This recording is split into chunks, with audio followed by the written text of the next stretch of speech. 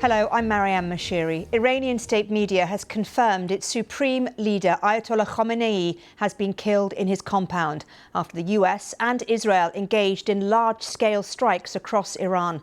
State media reported that his daughter, son-in-law and grandchild were also killed. ملت بزرگ ایران روح بلند پیشوای ملت بزرگ ایران و پیشقراول امت اسلامی حضرت امام خامنه‌ای.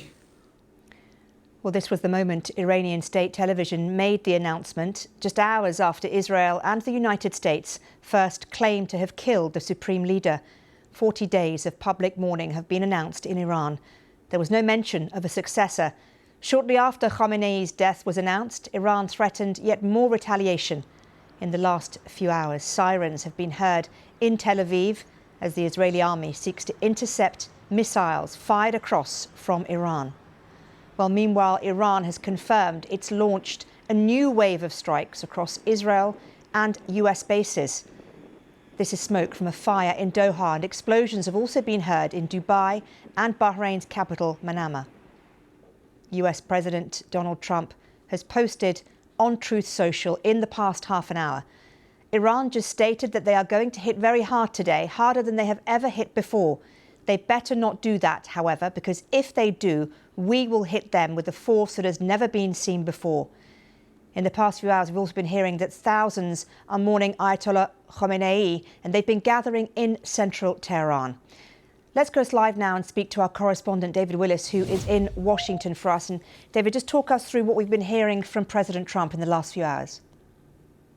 Well, Mariam, Donald Trump has said that the death of Iran's supreme leader could make a diplomatic solution to this crisis easier to achieve, but diplomacy seems a long way off at the moment, with protests in the Middle East over those US-Israeli attacks on Iran on Saturday. We've seen, of course, retaliatory strikes by Iran on the US military bases in the region, and now has come those incendiary remarks by Donald Trump, in which he threatened to unleash a force that has never been seen before on Iran if it continues its retaliatory strikes on countries in the region. And this followed a similar threat, of course, by Iran's Revolutionary Guard, which responded to the death of the Supreme Leader by saying that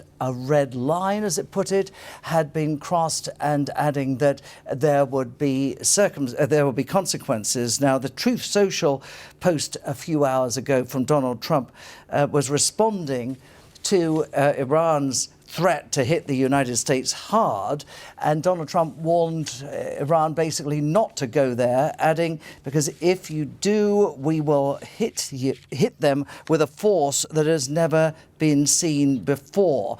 Well, that followed Donald Trump's warning in a previous post that heavy bombing of Iran would continue for the next week at least, until, as he put it, peace is restored in the Middle East. In Marion. David, thank you very much indeed. Well, let's cross live now and speak to our correspondent, John Donnison, who joins us live from Tel Aviv. And John, what are we seeing and hearing in terms of those missiles that we think are being fired towards Israel from Iran? Well, almost all of those missiles have been shot down by Israel's missile defense system, but some are getting through. We're in the center of Tel Aviv. You can see it's a residential neighborhood. And behind me is where one of those missiles struck last night. It blew out an apartment block where a lot of people were living.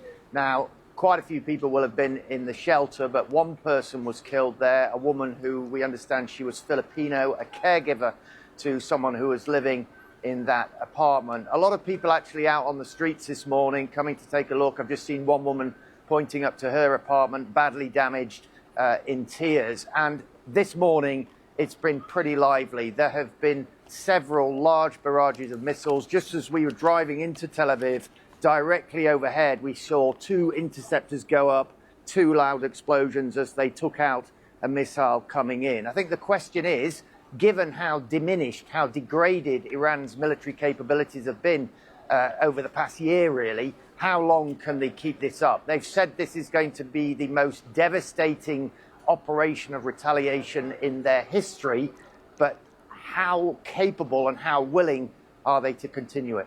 And John, what's the feeling within Israel in terms of people and what they think about what's happening in this war with Iran coming so soon after the war in Gaza?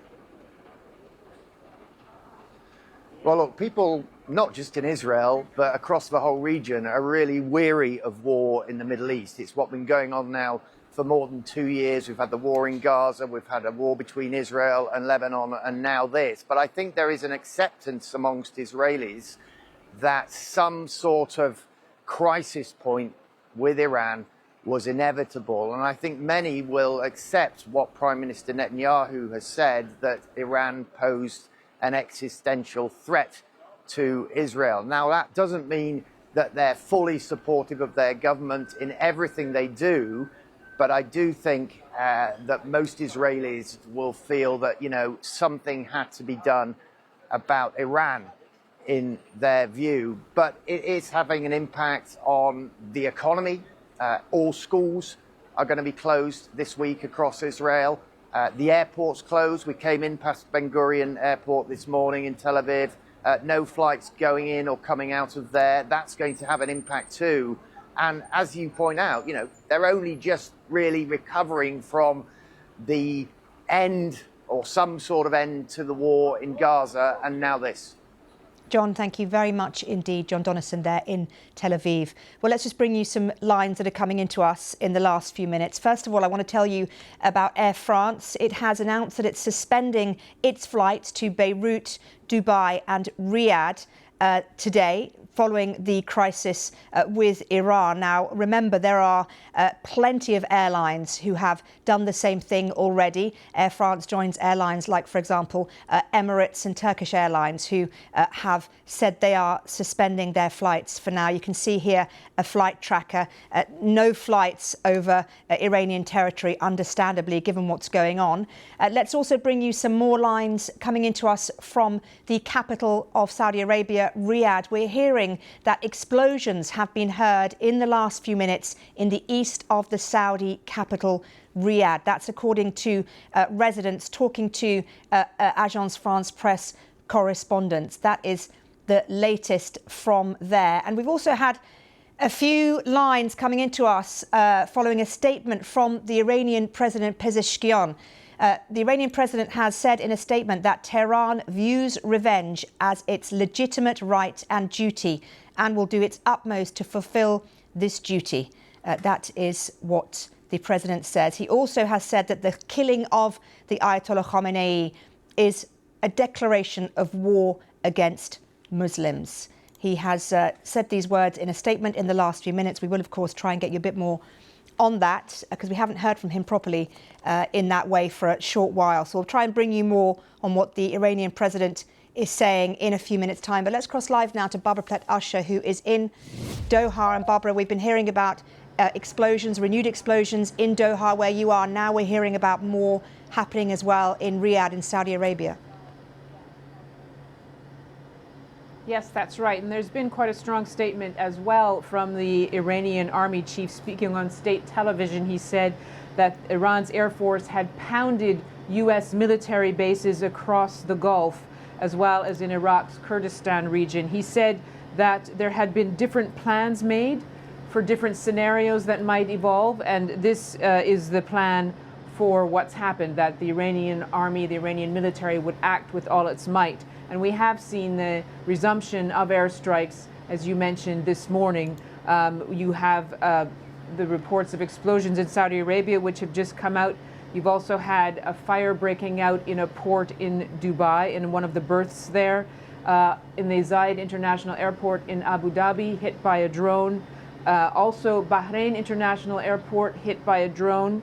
Here, there was a round of very heavy explosions this morning, which was the interceptors, the intercepting missiles coming in. There's a fire, small fire at an industrial area, the Interior Ministry says, which was caused by debris from the drone. So this is very much an ongoing situation, and the Iranians have signaled very strongly that they are going to continue the attacks and try and step them up, given the violent death of the Ayatollah. And what does this mean for the region, Barbara, in terms of, these attacks on Arab nations, on also countries that perhaps even saw themselves as allies of Iran, or at least those mediating countries like Oman? They have also been attacked. What does this do for regional stability? Yes, that's right. It's good you mentioned the attack on Oman. Oman had been spared until now. That it has served as a key mediator in negotiations on Iran's nuclear program between the Iranians and the Americans for many years, but also now. And this morning, the state news agency said that its commercial port, had been hit by drones. The port also serves as a military logistics hub, so that's part of the Iranian response. Well, I think from a practical point of view, most of these missiles have been intercepted across the Gulf. They've been mostly shot out of the air, but there has been some damage, there have been some injuries, and a few deaths. And most significantly, I think there's been a real disruption to the Gulf, which prides itself on its stable, prosperous economy built on oil exports and tourism and finance and travel. All of that has been disrupted. The Strait of Hormuz, through which oil exports go, is largely inoperable at the moment. Some tankers have gone through, but very, very few. The flights, many of them have been canceled, airports shut. And the Gulf countries, this is a scenario that they had warned the Americans about. And as you said, they were very much at the forefront of trying to mediate a peaceful solution to this. They had been improving relations with Iran in recent years, reducing the tensions. They had been speaking to both Iranian officials and American ones in the past couple of months, trying to organize negotiations that would prevent this outcome. They had also made very clear in public that they would not allow the Americans to use their bases on Gulf soil to target the Iranians. It seems most of the missiles are being fired from the aircraft carriers. So all of these measures taken to try to downsize or prevent this kind of direct military strikes that they're now experiencing. And some of the governments issued very angry statements condemning what's happening as a violation of international law and national sovereignty, saying they reserve the right to respond. What exactly that might look like, I think they will be figuring out over the next couple of days based on how long this lasts, how much damage Iran can inflict. And crucially, there's this uncertainty now, given that the Ayatollah, the Supreme Leader, has been killed. Uncertainty for Iran, but also for the region as to what the changes in that country will mean for stability in the wider area. Barbara, thank you very much indeed. Some breaking news from Pakistan to bring you, and that is that authorities are saying 9 people have been killed after pro-Iranian protesters clashed with police near the US consulate in the southern city of Karachi. Police fired tear gas to disperse a crowd trying to storm the consular building following news of the death of the Ayatollah Khamenei in US and Israeli military strikes. We can cross live to Lahore and speak to BBC Urdu's Tahab Ashkar. Tahab, thanks for joining us. Just bring us up to date with what more we know about this incident. So after the death of Ayatollah Khamenei, protests arrested in different cities of Pakistan, especially 2 big cities, Lahore and Karachi. Right now I'm in Lahore, and we are also seeing a huge number of hundreds of people sitting outside of US consulate protesting, and most of the people, they belong to a Shia community. Similarly, 2 hours before in Karachi, protests erupted and they turned into a violent protest.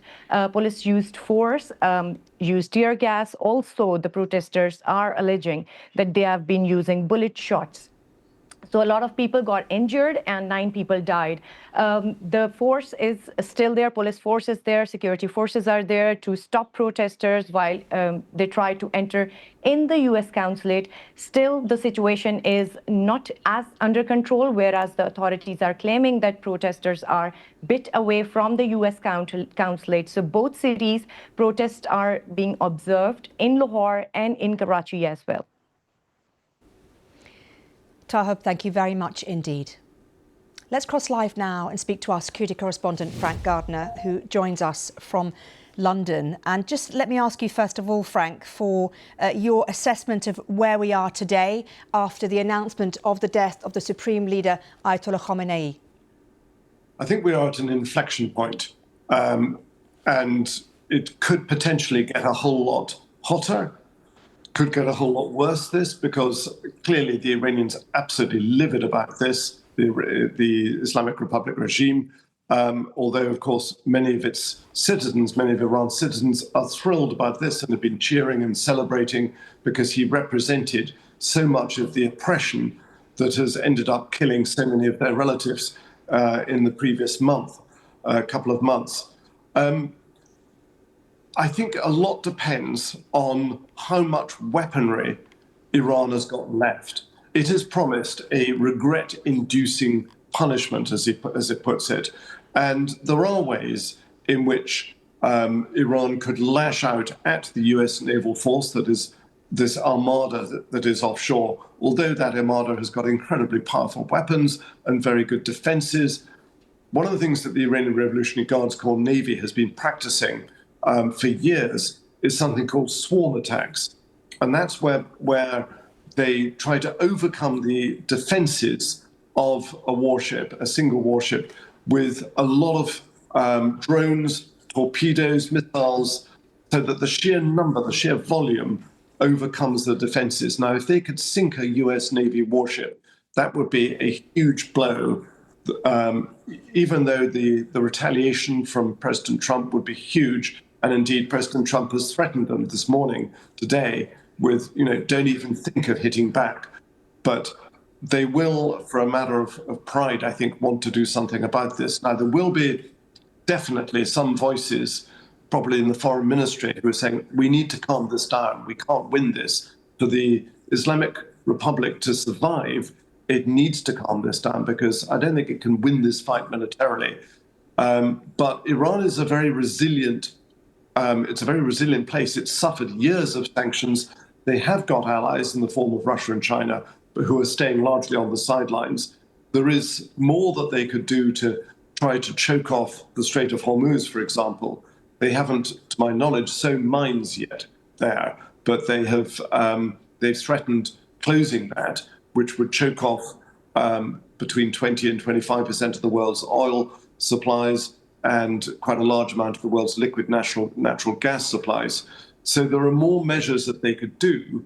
And of course, at the same time, they're hitting hotels, residential complexes, airports, and infrastructure in the neighboring Gulf states, in Bahrain, in Qatar, and the UAE. So for somebody like me who's lived in both Dubai and Bahrain, it is extraordinary to see a place that is utterly peaceful normally, getting hit with these explosive drones that we're more used to seeing hitting buildings in Odessa and Kyiv.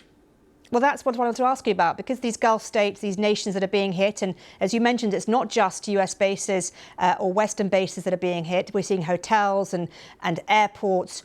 What are they going to do? What's their next move? How much more are they going to take of this type of attack from Iran before they, as some of them have said already, follow through on their reserving the right to retaliate themselves? Yeah, I mean, that will be something under consideration. Bahrain's National Security Council, for example, will have been discussing exactly that. I mean, they haven't experienced anything like this before. I lived in Bahrain in the 90s, and I was there during the Gulf War of 1991. There were a few Iraqi Scuds that came over. There was one that hit Bahrain, for example, just across the water in Saudi Arabia. And Riyadh did experience Scud attacks, as well as Tel Aviv, back then in the 90s from Iraq. But there was nothing like what they're having now, with airports being hit with drones. And of course, drones didn't really exist back then. In the 2003 Iraq invasion, the Iraqi army crumbled very quickly. So there was no time for anything like this. Last year, there was in June a retaliatory hit by Iran against the US base at Al Udeid in Qatar, but it was a pretty small attack, and they telegraphed it in advance. They said that they pretty much said, we're going to do a token retaliation for the US attack on Natanz, Isfahan, and Fordow. the nuclear sites, and there was practically no damage or casualties. This is very different. I think Iran has crossed a line here, a red line in the minds of most of the Gulf Arab governments. Oman accepted. Oman has managed to stay friends with both the West and Iran, and they've been wringing their hands in horror at this. The Omani foreign minister has said he is dismayed by this. But I've been getting the emails from public relations departments of Gulf governments like Saudi and UAE and Bahrain. They're really angry at this. They are condemning this. And I think they're going to find it very difficult to have anything like normal relations again with the Islamic Republic if the Islamic Republic survives. Yes, and that's what my next question actually is going to be to you, Frank, because we've seen what's happened. The Supreme Leader has gone. We all know that the succession process is an opaque one. It's unclear how it will move forward, who will take over. But one thing is clear, there's not going to be the regime change that Benjamin Netanyahu and President Trump talked about, with just missiles being fired from Israel and from American warships. We haven't seen any sign of renewed protests in Iran. What's the next move, do you think, for those who want to see an end to this regime? Well, of course, one of the reasons why there aren't protests is that people are simply taking shelter from the bombs. They're doing exactly what President Trump told them to, which is to sort of shelter in place, essentially. But of course, he did also say, seize the day, carpe diem. This is your moment. This is an absolutely terrifying time for ordinary Iranians because, in January, they faced the bullets and batons of the security forces. Now they're facing the bombs of Israel and the United States, two of the most sophisticated military powers in the world. So, I don't think anybody's going to be coming out on the streets when bombs are raining down from the sky. The big question is, what do the security forces in Iran do? The reason why the regime has been able to stay in place, it's not because it's popular, it's because the security forces, the men with the guns, to put it bluntly, have got a vested interest in that Islamic Republic surviving. They've got economic interests, their salaries are paid, and there's an awful lot of them. The besieged militia number hundreds of thousands. There's a lot of them. The men on motorbikes dressed in black. There is a big, deep security state in Iran. And we have not yet seen in any of the protest movements in 2009, in 2019, in 2022, we've not seen significant numbers or really any of the security forces going over to the side of the protesters or even laying down their weapons and saying, we're not going to shoot our fellow Iranians, because that's what happened. That's what happened in 1979 in the Islamic Revolution. The Shah ordered his men to shoot at the protesters, and they refused, and then the regime crumbled. That moment has not been reached in Iran. Frank, thank you very much indeed. Our security correspondent, Frank Gardner.